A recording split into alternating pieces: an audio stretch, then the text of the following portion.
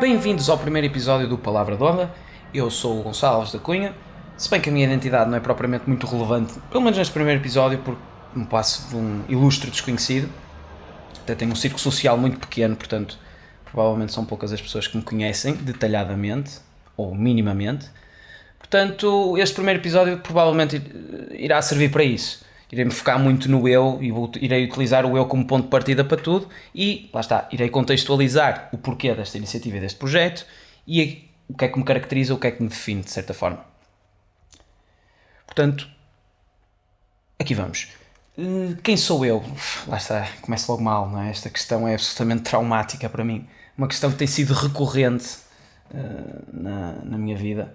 E, infelizmente, tenho arranjado algumas respostas quando a questão surge, mas nunca soam-me sempre a limitações do eu, limitações da essência, por assim dizer. Portanto, enquanto tento ser eu, vou tentando ser outros. Acho que será provavelmente a melhor maneira de dizer quem é que eu sou. Sou um bocado fingidor. E lá está, e qual é a legitimidade que eu tenho, não é, para criar este projeto e esperar que vocês tenham qualquer tipo de receptividade àquilo que eu tenho para dizer, quando até afirmo no título que só sei que nada sei. Mas isto é importante, porque é esse pressuposto da minha ignorância que me dá a legitimidade de me transportar várias vezes para diferentes territórios abstratos, por assim dizer. Portanto, nesta tentativa de me definir, e lá está, isto é absolutamente excruciante, convido-vos a fazer o mesmo exercício e até recomendo alguma periodicidade nesta questão, para todos, porque é mesmo uma questão que está a ser um bocado negligenciada, né? Esta questão da singularidade.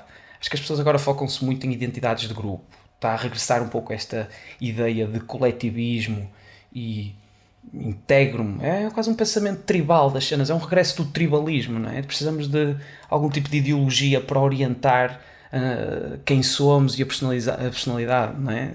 Tipo, acho que podemos falar até um bocado sobre isso, quando eu deixar de ser narcisista e de querer falar sobre mim. Portanto, retomando, quem sou eu? Lá está, a melhor maneira é provavelmente contar uma história e depois, do final dessa história, tirarmos algumas conclusões relativamente a isto. Acho que será a melhor maneira de ilustrar. Portanto, vamos à história.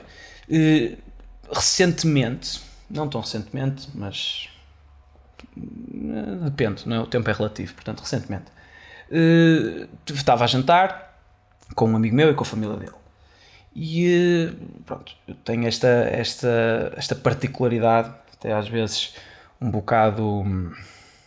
Então, às vezes um bocado contraproducente de falar mais do que ouço, do que aquilo que ouço, não é? Portanto, sou muito aberto na partilha e não tenho grandes receios em ser contundente, algo controverso e muitas vezes consigo ferir suscetibilidades sem que seja voluntário da minha parte. E acho que eventualmente isso irá acontecer aqui também, mas o objetivo não é esse, claramente. O objetivo não é ofender nem ferir suscetibilidades. A intencionalidade é meramente ser pensante, mas para pensar corro o risco de eventualmente poder ofender. E este é que é o problema do politicamente correto agora, não é? Que é uma coisa extremamente irritante, uma castração à liberdade de expressão, não é? Que há coisas que não se podem dizer. Isto aqui nem está muito mal, que um gajo ainda pode falar, se não tiver num contexto político, não é? Se tiver num contexto político há coisas que são tiros nos pés autênticos ainda, infelizmente. É que, agora toda a gente se magoa. Acho que é uma particularidade da nossa geração, dos millennials, muito sinceramente, que é foda-se, tipo, este sentimento de toda a gente me deve alguma coisa e quero chegar ao cume da montanha, pá, mas não estou a criar impacto passado uma semana, portanto já desisti. Mas sim, as pessoas são muito sensíveis hoje em dia. E lá está, isto aconteceu. Retomando a história, já estou a divagar um bocadinho, mas é isto que vai infelizmente caracterizar este podcast, é inevitável.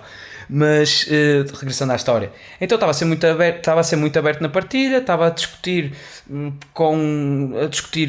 variados assuntos e a ser senhor da opinião para esses vários assuntos, não é? Ou seja, já tinha pensado sobre esses vários assuntos. Isso não tinha pensado, estava a pensar no momento. Portanto, discutiu-se com alguma polivalência sobre determinados temas, ou seja, ou jurídicos, ou psicológicos e tal, e lá existe sempre esta tentativa, pelo menos da minha parte, de relacionar as coisas, porque é sinal que eu compreendi as merdas, não é? Se tento relacionar uma cena com a outra, é porque efetivamente compreendi o que quer dizer uma e o que quer dizer outra, e como é que elas se unem, como é que eles convergem. E pronto, era isto que estava a fazer. Portanto, é normal que isto intrigou as pessoas da mesa, minimamente, não é? Essa família desse meu amigo que não me conhecia. Portanto, foi uma questão de tempo até a irmã desse meu amigo perguntar o que é que eu faço. Pois, lá está. O que ela me devia ter perguntado é quem é que eu sou.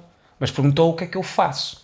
Porque ela precisava de algum contexto. Tipo, dá-me alguma legitimidade para aquilo que tu estás a dizer. Ok, pode estar até a fundamentar bem ou muito bem. Eu só admito estas duas possibilidades porque eu não fundamento mal. Mas pode estar a fundamentar bem ou muito bem, mas convinha se calhar saber se és académico, se adquiriste esse conhecimento em alguma instituição pública ou privada, não é? se tu estás em concordância com o ofício que exerces. Portanto, ela começou a palpitar sobre aquilo que eu poderia eventualmente ser, não é? Então ela perguntou, mas tu és advogado?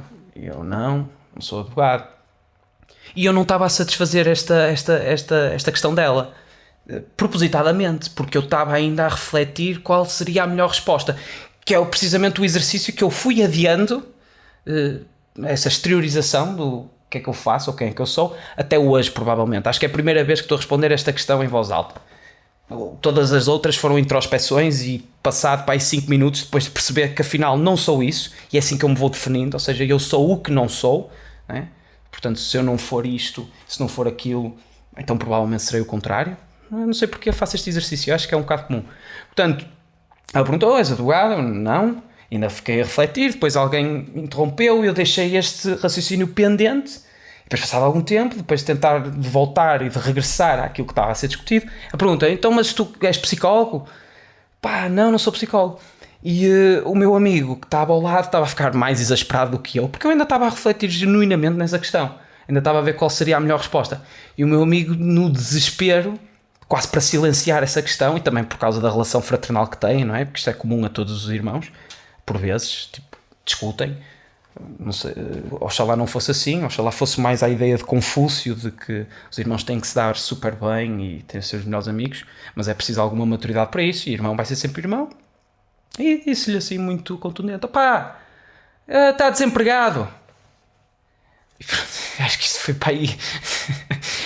Limitei-me a rir e sim, pá, de certa forma é isso que eu faço, é não fazer nada. É que é basicamente essa a questão que se está a dizer. Tipo, imagina tipo, quão anticlimático isto foi para a irmã desse meu amigo. Não é que houvesse propriamente alguma necessidade da minha parte de me apresentar como viril e como um elemento válido na sociedade, ou excessivamente válido. Estás a ver? Imagina se eu dissesse que era um médico ou que era um advogado, caralho, lógico, tipo, há alguma escalabilidade social se disser isto. Agora, desempregado, a minha retórica foi toda por água abaixo. Foi tipo, pronto, pá, até estavas a fundamentar bem, ou muito bem, são estas as únicas duas maneiras que eu admito para fundamentar algo, mas pá, não fazes nada, tipo, não produzes nada, não crias qualquer tipo de valor, até de certa forma és um empecilho para a sociedade. És um desempregado, por cima tens uma boa idade, tipo, uma idade para trabalhar. Nem sempre foi assim, obviamente que nem sempre fui desempregado, mas naquele momento em particular estava desempregado, portanto, quem é que eu sou? Na altura era um desempregado, era isso. E lógico que foi um bocado além de nem é propriamente anticlimático, mas ela não me fez mais perguntas no resto do jantar. E depois eu também não senti muito mais legitimidade de continuar estes assuntos, não é, com a mesma assertividade e com a mesma confiança. Portanto, é interessante compreender como muitas vezes é o nós que acaba por nos limitar a nossa identidade. Ou seja, a preponderância que o nós tem, ou a preponderância que o outro, vamos chamar-lhe o outro, a preponderância que o outro tem no desenvolvimento do nosso ego, né? E começa logo a partir do nome, porque não somos nós que o escolhemos. Portanto, são os nossos pais, se tudo correr bem. Não sei que outras possibilidades é que haveria, mas em sociedades distópicas, pelo menos, no Admirável Mundo Novo, as pessoas já nem têm nomes. Acho que já são números, provavelmente. Não sei se é assim, mas é que a ideia dos alfas, betas, gamas, y é um livro interessante, aproveito já para recomendar. E, portanto, começa logo pelo nome, esta espécie de falsidade do ego. E depois nós vamos trabalhando o ego, não é? Só o somatório das nossas experiências, mas é mesmo curioso, não é? Como o outro é que acaba por identificar determinados traços em nós, ou acaba por ajuizar os nossos comportamentos, e nós, ok, sim, se calhar sou isso. Porque nós estamos numa perpétua tentativa, numa perpétua jornada de autodescobrimento. E acho que nem fica concluída após a morte. Aliás, após, mesmo no momento da morte, no momento derradeiro, que para muitos é um momento finito, mas isto já é metafísica, nem nesse momento provavelmente nós conseguimos descortinar uma verdadeira identidade. Aliás, quando se quer resumir biograficamente, por exemplo, a vida de Aristóteles, diz-se muito sucintamente que ele nasceu, pensou e morreu. E para muitos outros filósofos e para muitos outros seres pensantes de algum renome, a vida deles costuma ser caracterizada desta forma. Aliás, o Pessoa até diz, para a minha biografia saibam apenas a minha data de nascimento e a data do meu óbito, tudo o resto me pertence.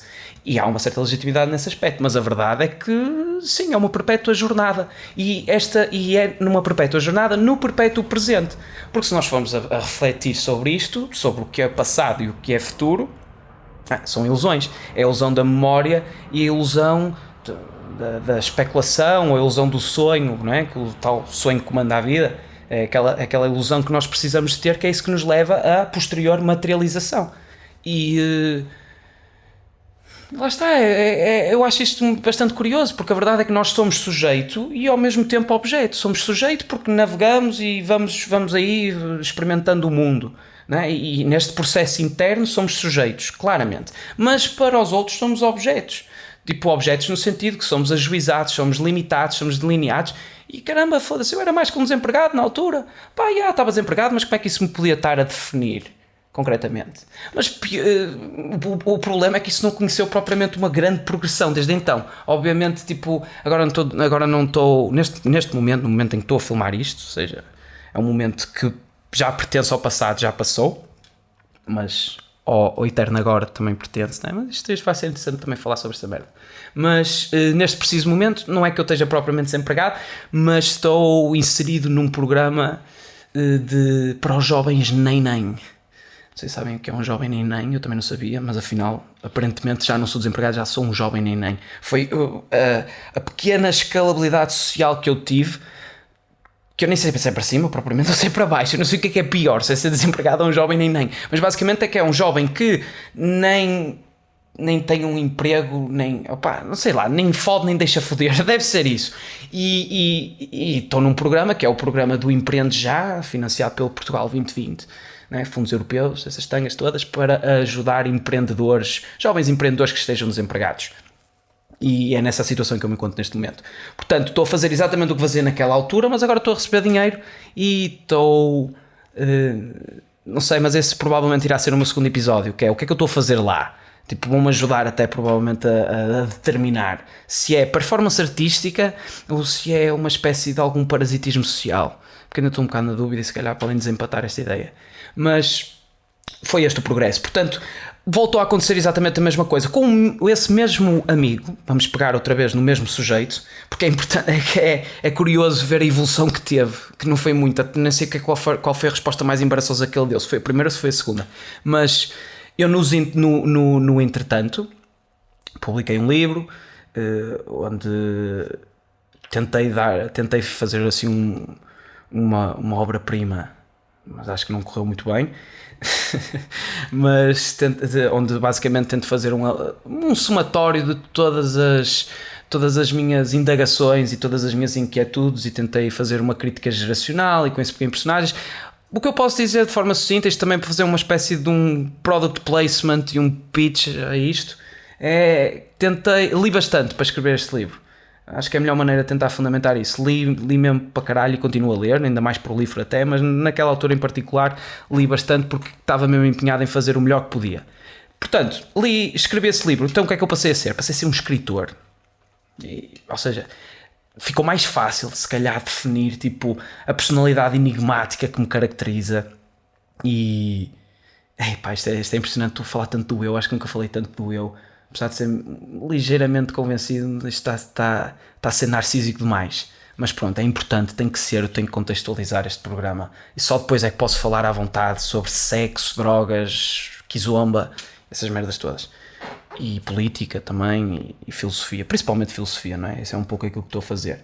Mas pronto, passei a ser escritor. Logo ficou mais fácil definir-me, porque logicamente um escritor caracteriza-se pelo menos por alguma pertinência intelectual. Se bem que agora, infelizmente, isso já não quer dizer merda nenhuma, não é? Tipo, agora há mais escritores que leitores, e aliás, os escritores até são o público-alvo das editoras, de muitas editoras, aquelas de Vanity Publishing, a única editora que me aceitou também, porque a todas as outras, pelo menos das formas mais tradicionais, essas logicamente que sabem que investir num escritor novo ou um ilustre desconhecido como eu sou, né, como estou-me a apresentar aqui, e como é que eles diziam? Eles disseram isto, que era um lucro incerto e um risco certo. Acho que foi assim qualquer merda, uma merda super pretenciosa, estás a ver, para tentar desculpabilizar o facto de rejeitarem sem ter lido o que tu escreveste, porque aquela merda tem qualidade. Mas lá está, passei a ser escritor, portanto já era mais fácil para mim contextualizar o porquê de ter estas opiniões todas dentro de mim, e esta urgência de as partilhar, e esta necessidade impreterível de debate, de diálogo e de ser livre no pensamento. Já ficou mais fácil porque sou escritor, não é? Mas lá está, as coisas continuam a ter esta particularidade. Se me perguntassem a mim, eu preferia, se eventualmente que tivesse que utilizar este resumo sucinto da minha existência, eu preferia dizer que escrevo, porque assim até me lembro que é aquilo que vou fazendo, minimamente bem, de uma forma minimamente aceitável, a ponto de produzir valor. Mas dizer que sou escritor leva sempre a outras perguntas excruciantes. Ou seja, é o prolongar de um momento que por si, o prolongar de um momento que não é assim muito bom, não é muito agradável, porque lá está, perguntam-te, és escritor e tal, e o que é que escreves? Depois tens que explicar o que é que escreveste, ou se escreveste mais que uma coisa, não é? Porque no meu caso até já escrevi mais coisas, além desse romance ou do livro que acabei de publicitar. Portanto, depois tens que tentar explicar e justificar, e muita gente não conhece a terminologia, então eu tento dizer, escrevi um romance, um romance, pá, eu não gosto muito de coisas românticas, como se estivesse a ver uma coisa com a outra, não tem nada a ver, o romance é uma modalidade, como um conto é uma modalidade, não quer dizer necessariamente que eu escrevi coisas amorosas, ou que escrevi o diário da nossa paixão, mas lá está, tem sempre estas particularidades de resolver tecnicamente a etimologia e de resolver também a questão de conteúdo, não é? O que é que eu escrevi para ali, o que é que eu acho, que legitimidade é que eu tenho para escrever, da mesma maneira que legitimidade é que eu tenho para fazer um podcast. E voltou a acontecer a mesma coisa, fui sair com esse meu amigo, desta vez já não foi com a família dele, não é? Porque a família dele ainda hoje provavelmente pensa que eu sou um desempregado que escreve merdas, e com alguma legitimidade, porque não deixa de ser verdade, mas não, agora sou um jovem nem. Mas fomos fui sair lá com o grupo dele, ou seja, havia a necessidade de me integrar no grupo, acho que era da turma dele. Ele está a estudar ainda, eu já acabei, mas ele está no segundo curso. E fui sair, né, com os amigos dele, e havia a necessidade de me integrarem no grupo. E pronto, mas isto foi muito circunstancial, foi muito coloquial, este é o Gonçalo, este é o João, quer dizer, vamos defender a identidade deles, não vamos divulgar, vamos chamá-lo Sr. X, Sr. Y e Sr. Z, mas vamos concentrar-nos só no Sr. X, que foi ele que depois eventualmente teve a necessidade de me perguntar, mas o que é que tu fazes, não é? Como a irmã desse meu amigo também teve. Portanto, se juntamos e tal, e eles, sou Gonçalo, tal. Pronto, disso foi bastante breve, ou assim uma certa brevidade, porque o contexto era outro, não é? E partimos logo para algum tipo de diálogo, não é? Aquele quebrar gelo normal. Fomos, beber uns copos e tal, e pá, é esta inevitabilidade que infelizmente me caracteriza, não só a mim numa dinâmica singular, porque eu próprio já me atremento com estas questões todas, mas também em dinâmicas de grupo. porque quando demos por ela estávamos a falar sobre pós-modernismo, da perigosidade, do desconstrucionismo, da identidade de género, dessas histerias todas que infelizmente está a caracterizar a sociedade ocidental, não é? Como é que foi? Foi sobre uma merda, uma coisa terrível que eu vi. Não sei se eventualmente depois pode-se pôr aqui na edição. Não vamos publicitar isso, mas se calhar breve, vamos só pôr tipo o thumbnail do vídeo, porque é importante falar sobre isto. Aquilo que estávamos a falar sobre ele era sobre uma palestra da TED em que a palestrante está a legitimar a pedofilia. No sentido em que está a dizer que a pedofilia é uma preferência sexual semelhante à heterossexualidade. Que existe uma espécie de característica intrínseca a isso e que nós, como sociedade, temos que fazer um esforço de integração dos pedófilos. E quando eu falo pedófilos, não falo daqueles casos muito ambíguos de ele tem 16, mas a novinha é boa para caralho. Não falo desses casos, estou a falar de infantofilia. Falar tipo estes pedófilos, pelo menos, que protagonizam o sujeito do discurso da palestrante, são gajos que não podem ir à praia porque vão estar criancinhas, provavelmente estão criancinhas nuas. Estão a ver? Era esta a perigosidade. E isto entra no pacote ideológico liberal, na histeria toda que infelizmente caracteriza a sociedade ocidental, que é essa incapacidade pensante, de uma ofensa, o não interesse na lógica, não é? Porque é um exercício do desconstrucionismo, dizer que é tudo logocêntrico, portanto uma verdade é simplesmente a sobreposição de outra, logo não há verdade, logo não há nada, estás a ver? Tipo, é isto que utilizam para contornar tipo, coisas que nós damos como científicas, tipo a biologia das coisas, não é? Tipo, és homem ou és mulher. Não. Aparentemente há 58 géneros, mas isto é outra discussão, não é? Tipo, também não me quero alongar muito, mas é isto. Uma coisa é o sexo, uma coisa é as características biológicas, não é? Ou és um homem, cromossomas, isso não interessa para nada. Há 58 géneros, cisgénero, binário, não binário, fluido, merdas assim, são demasiado. Quer dizer, eu se calhar até me estou a precipitar em erro, ou incorrer em erro a dizer que são 58, porque acho que todos os dias cria um. Mas lá está, e dentro destas teorias já só faltava isto, não é? Criar um argumento em que nós, sociedade, é que temos que ser responsáveis pela integração de pedófilos. E temos que os tornar válidos. Mais do que isso, temos que os tornar válidos. Portanto, estamos na pedofilia, acho que é um passo ligeiramente curto para a necrofilia e para outro tipo de atividades perturbadoras. E imagina, estávamos a sair, estávamos na Baixa, estávamos ao pé de onde é que estávamos? Na adega Dona Leonor, e que melhor sítio para se falar sobre isto, não é? Tipo, com 2 copos ou 3 de cerveja em cima, ou seja, não estás mal, tipo, ainda estás a controlar aquela primeira mija, porque sabes que depois dás essa, estás fodido, mas tipo, e é sobre isto que estás a falar, tipo, estás a ver isto, tipo, pedofilia, não sei porque estas merdas gravitam ao meu lado. Aliás, a única justificação que eu encontro é que eu sou responsável delas, e acho que é verdade, não é? Fui eu que se calhar trouxe esse debate para marcar algum ponto. Pronto, e falámos sobre isto, e eu falei assim, com esta eloquência que já me está a caracterizar neste podcast, que já vai provavelmente nos 10 minutos. É nos 10 minutos que isto já vai? 23 minutos já. Então, ainda nem sequer falei do que queria. Mas pronto, nos 23 minutos que falei já devem ter reparado que existe alguma fluência, algum sarcasmo, pronto. Já estou de certa forma a dizer como é que sou, da maneira como estou a agir. Mas pronto, levou a essa questão do Sr. X. O Sr. X, e tal, mas o que é que tu fazes? E eu senti outra vez, tipo, essa comichão toda. Como é que eu vou justificar a minha existência dessa forma tão sucinta e para esta questão? E sabendo que se eu disser que sou escritor, vou ter que falar sobre o que escrevi e tal, e coisa. Portanto, sobrou para o meu amigo novamente. E ele desta vez, tipo, usou exatamente o mesmo procedimento e disse, né, eu sou o que faço, portanto se o que faço e o que é mais legítimo, o que fica melhor, não é? Porque não fica tão bem dizer um jovem nem está a receber subsídios, portanto ele disse, ele é escritor, e reparem na cena, ele disse, ele é escritor e depois surge assim aquela reticência em que ele tenta descobrir, em que ele tenta-se lembrar de mais alguma coisa. Tipo, o escritor não chega. O escritor é tipo... É um desprestígio, de certa forma. Ele queria dizer... Se ele dissesse, escritor e engenheiro, está fixe. Mas eu não tinha o I. Mas ele disse o I. Ele estava tipo, e é escritor e... E ficou assim, morreu assim. E ele, lá está, fez umas questões da praxe, não é? Escritor, escreveste o quê? Eu, escrevi assim um romance existencial. Já seria de esperar que eu tivesse minimamente treinado, já se passou um ano, mas infelizmente ainda não estava. Portanto, fui confrontado novamente com essa dificuldade e não pude resistir, porque lá está, ele perguntou-me imediatamente, mas que é, fazes dinheiro com os livros?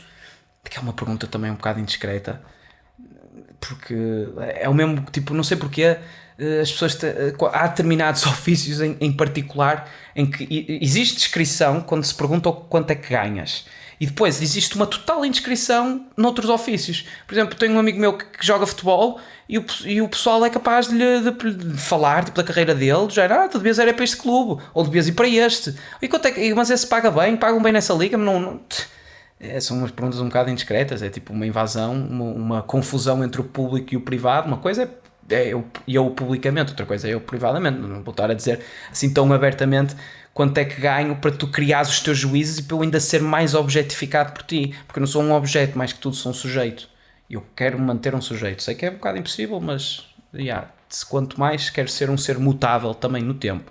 Portanto, isto foram estas duas histórias para dizer, não é? Basicamente, que gravitamos muito à volta do nós. Então o que é que eu fiz de certa forma para me escudar e para tornar a minha vida ligeiramente mais engraçada?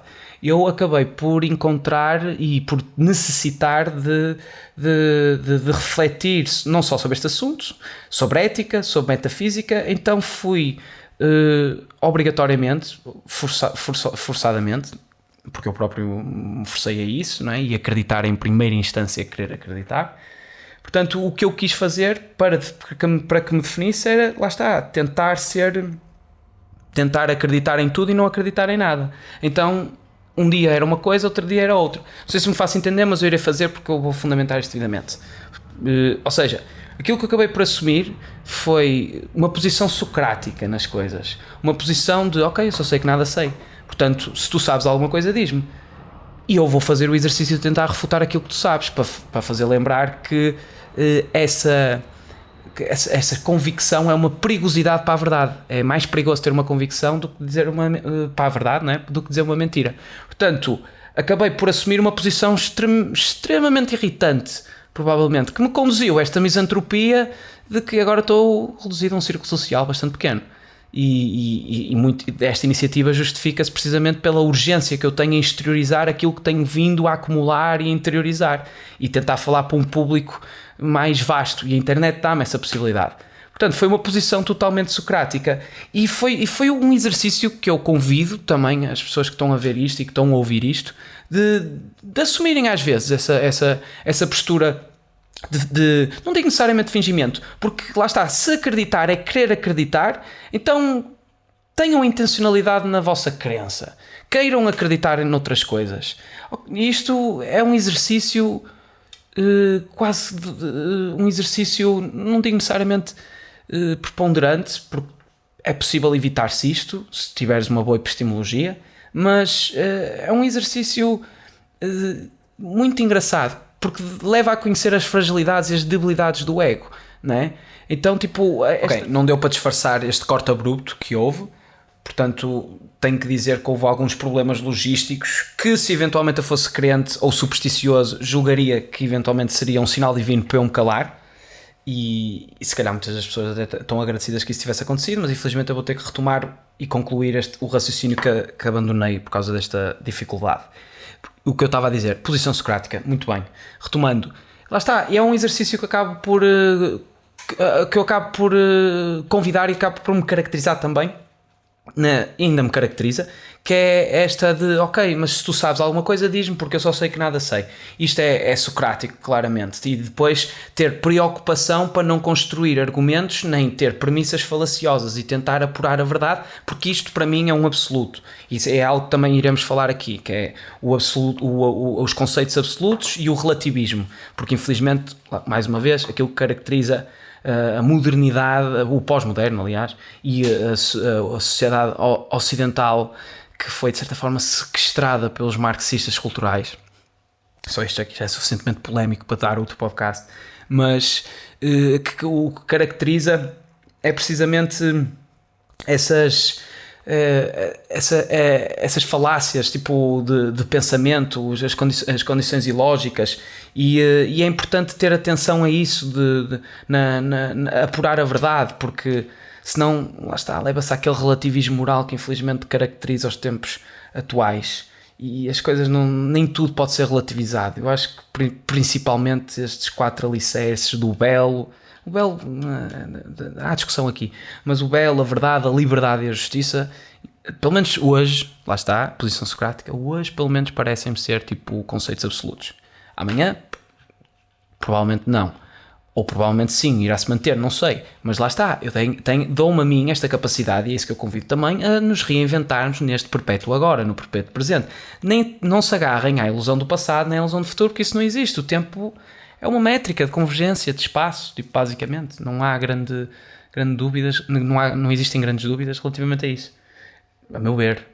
E esta posição socrática foi complementada, de certa forma, com a dialética hegeliana de Hegel, de gerar a síntese, não é? A antítese conhece a tese e gera a síntese. Portanto, esta predisposição claramente bélica no pensamento levou-me a ser anarquista, levou-me a ser comunista, levou-me a ser fascista, e eu aqui estou só a falar de extremos, mas a verdade é que me levou a ser isso e a querer acreditar nisso.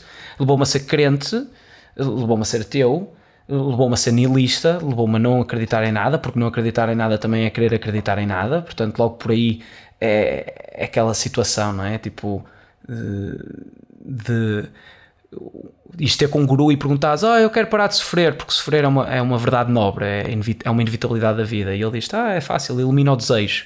Isso porque todo o sofrimento deriva do desejo.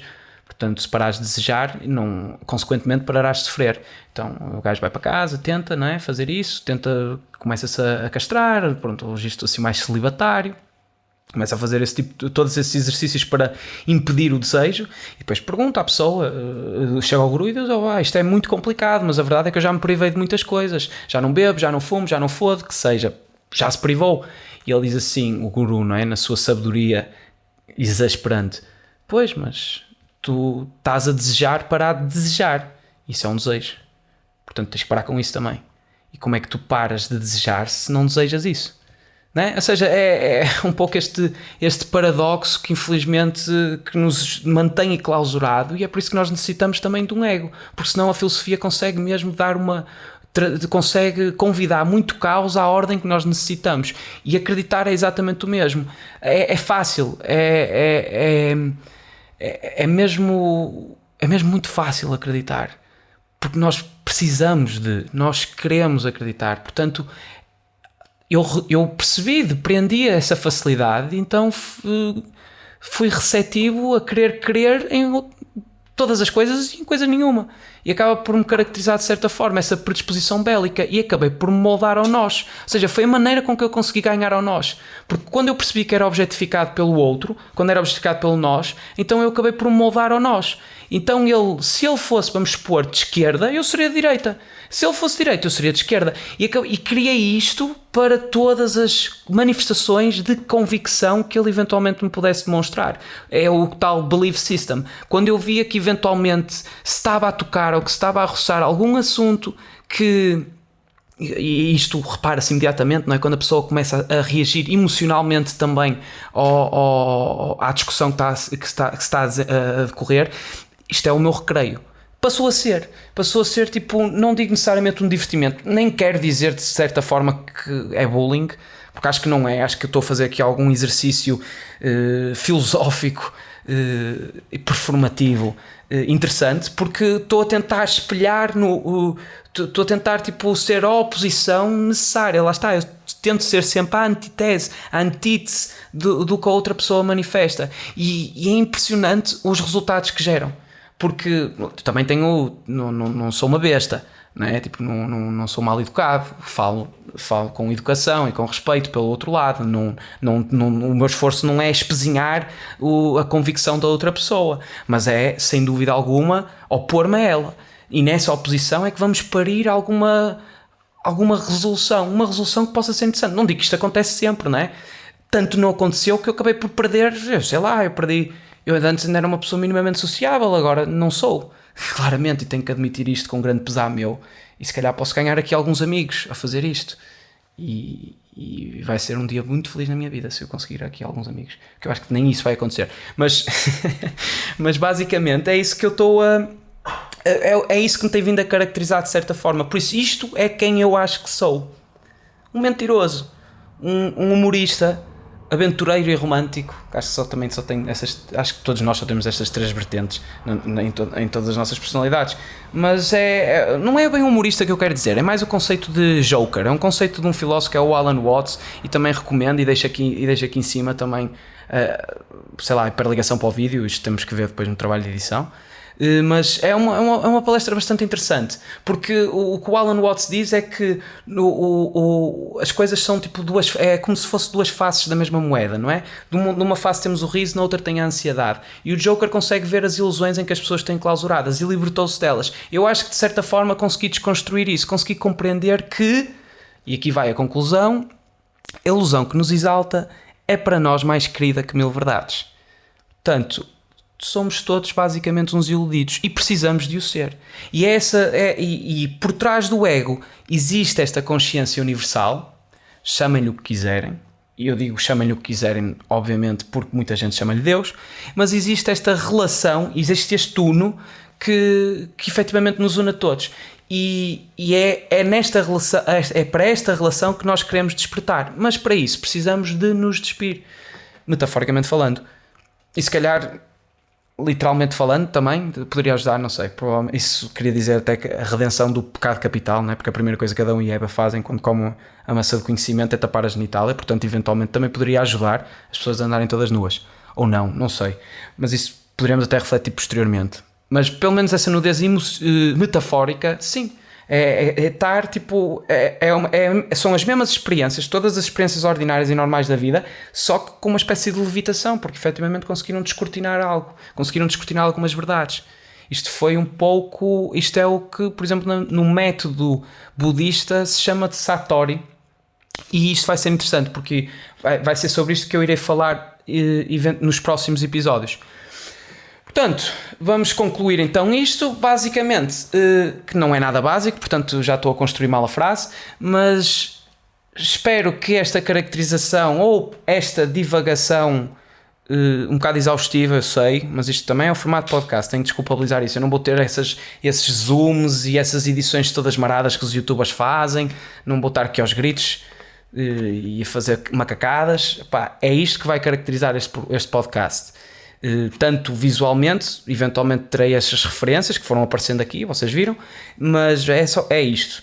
Portanto, se gostaram, eu quero que vocês gostem, não é? Portanto, eu não vou dizer que vocês não importam, para mim importam tremendamente, por vocês, os meus visualizadores, eu não me importo de ser objetificado, mas foi isto que caracterizou. Espero ter sido minimamente elucidativo sobre quem sou e o que é que eu acho que legitimidade é que eu acho que tenho para fazer isto quando afirmo tão categoricamente que só sei que nada sei. Mas lá está, este foi o primeiro episódio em que eu tive obrigatoriamente que dar este contexto, por isso peço desculpa, mas nos posteriores e nos próximos episódios eu pretendo falar sobre coisas mais concretas, sobre casos específicos, sobre filosofia, política, sobre sociedade, aquilo que acontece, falar até sobre as coisas que realmente importam falar, tanto no domínio abstrato como no domínio material, tudo isso. Espero que isto seja uma coisa para durar e estou convicto que sim, mas lá está, querer acreditar, em primeira instância querer acreditar, portanto se calhar sou eu que quero acreditar que isto vai ter continuidade. Portanto, muito obrigado, muito obrigado pela vossa visualização até ao fim. Isto acho que já se prolongou durante algum tempo, 40 minutos, se calhar ainda vou ter que encurtar isto, se calhar mais do que 40 minutos, não sei bem.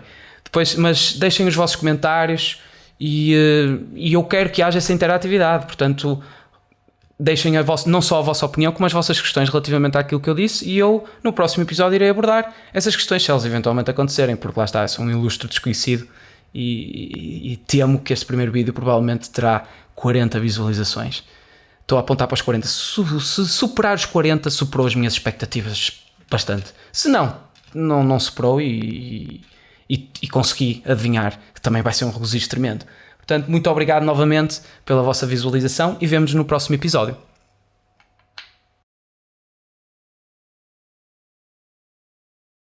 Será que Deus está morto?